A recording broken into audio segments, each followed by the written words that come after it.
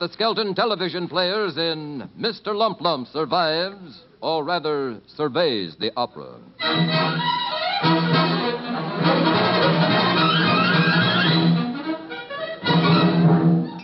Hey, service, how about those service? Take it easy, Willie. I'm right here. Yeah, well, don't sneak up behind me like that. I'm liable to turn around suddenly and scare the witch out of you. What do you have tonight? Well, what do you got? Well, you got anything you want? Well, let's not get cagey. What do you got? Well, we've got a nice dinner for $1.75 and a special dinner for $1.50. Yeah?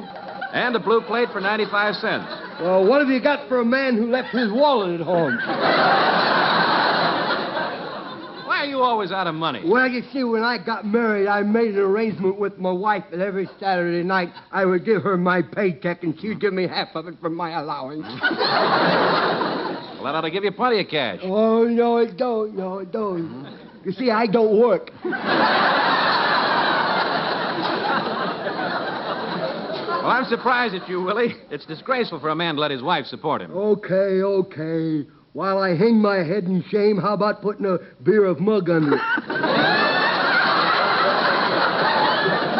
Hey, speaking of mugs, Yeah? I bought some of that new shaving cream, you know, and it's good stuff, you know. And on the little tube it says no mug required. What am I going to shave?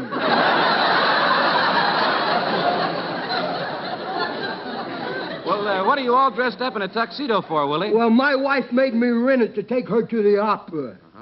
Did you enjoy the opera? Enjoy it, don't make me laugh. I didn't want to go to the opera because I don't like opera. I don't like opera. And people say, I don't like Well, don't talk so loud, Willie. You know, a lot of the opera people come in here to eat. Yeah, is that so? Well, you better have a talk with the guy that gives your commercials. My commercials, what are you talking about? Well, one of the guys come out on the stage and he kept screaming, Aita, but he didn't say where. I don't like opera. I don't like it. What was the opera about? Who knows? Well, what language was it in? I don't know. Some French singer, French, I guess. I don't know. Nobody knows. I'll make up something. Did you know that...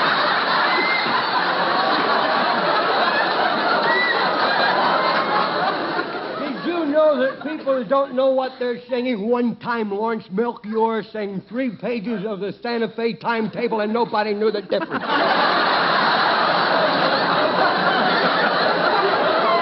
It's the first time in the history of opera that they applauded the fact that number 22 didn't stop at Glendale.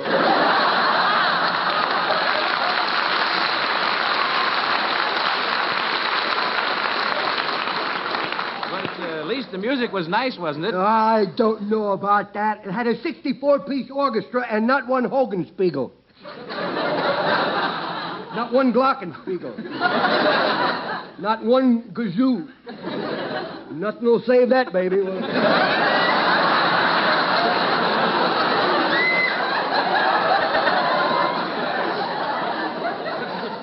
Well, what happened? Tell me from the beginning. Well, first my wife made me get all dressed up, so I put my best studs in a clean sweatshirt, and then I tucked my overalls into my... You don't wear overalls with a tuxedo. You do when you've only got enough money to rent the jacket.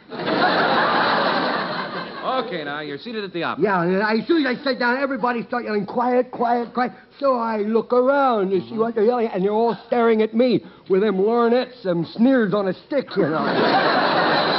Well, what were you doing? Nothing, just eating my popcorn. Well, they don't sell popcorn at the opera. I know that. That's why I took my popcorn popper and my little can of Sterno with me. Well, then the orchestra got seated. It was a symphony orchestra. Yes, I know. Well, the head simp came in. He had hair that looked like 4 blocks around, you know. He looked like a scared mop. Well, he turns and he smiles to the audience. That boy had teeth down to here. I'm telling you, he looked like he swallowed a piano and left an octave of keys hanging out. Well, that was Heidelberg Muffle. He's a doctor of music. Yeah, he looked like a wet nurse to me. You know that he gets $40,000 a year as a conductor? Oh, don't give me that stuff. The only guy that ever led a band and got $40,000 was Jesse James. He's standing there shaking that stick at those people, trying to get them to play the music. And the whole trouble with him, he had more men than he could shake a stick at.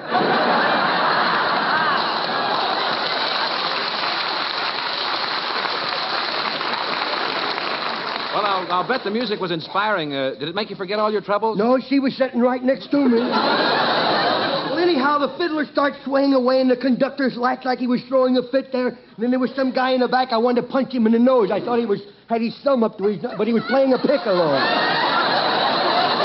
And there was some other silly guy in the back part there where there's drums, and there must have been a fly or something because he was trying to catch it with 2 manhole covers. Boy, I'm telling you, that music would made a steam calliope hang its boiler and change. Well, then, anyhow, he turns and he bows to the audience again, and them big teeth clipped off 4 ties in the front row. Came up with a program on his pivot tooth, you know. If that boy ever gets voiced up in music, he can get a job in the park walking around on his hands and knees spearing paper. Well, now that that's over, what happened when the curtain went up? Well, there was a bunch of dancers came out in long underwear, see. Long underwear? No, Willie, those were tights. I thought so. No sober person would act like that. Then staggers a guy on the stage, and he's dressed like a king. He looked more like the Deuce to me. Well, he opens up his kisser, and chin start to unfold like an accordion. He let out a yell that shook the theater. He was a basso, huh? If you ask me, yeah.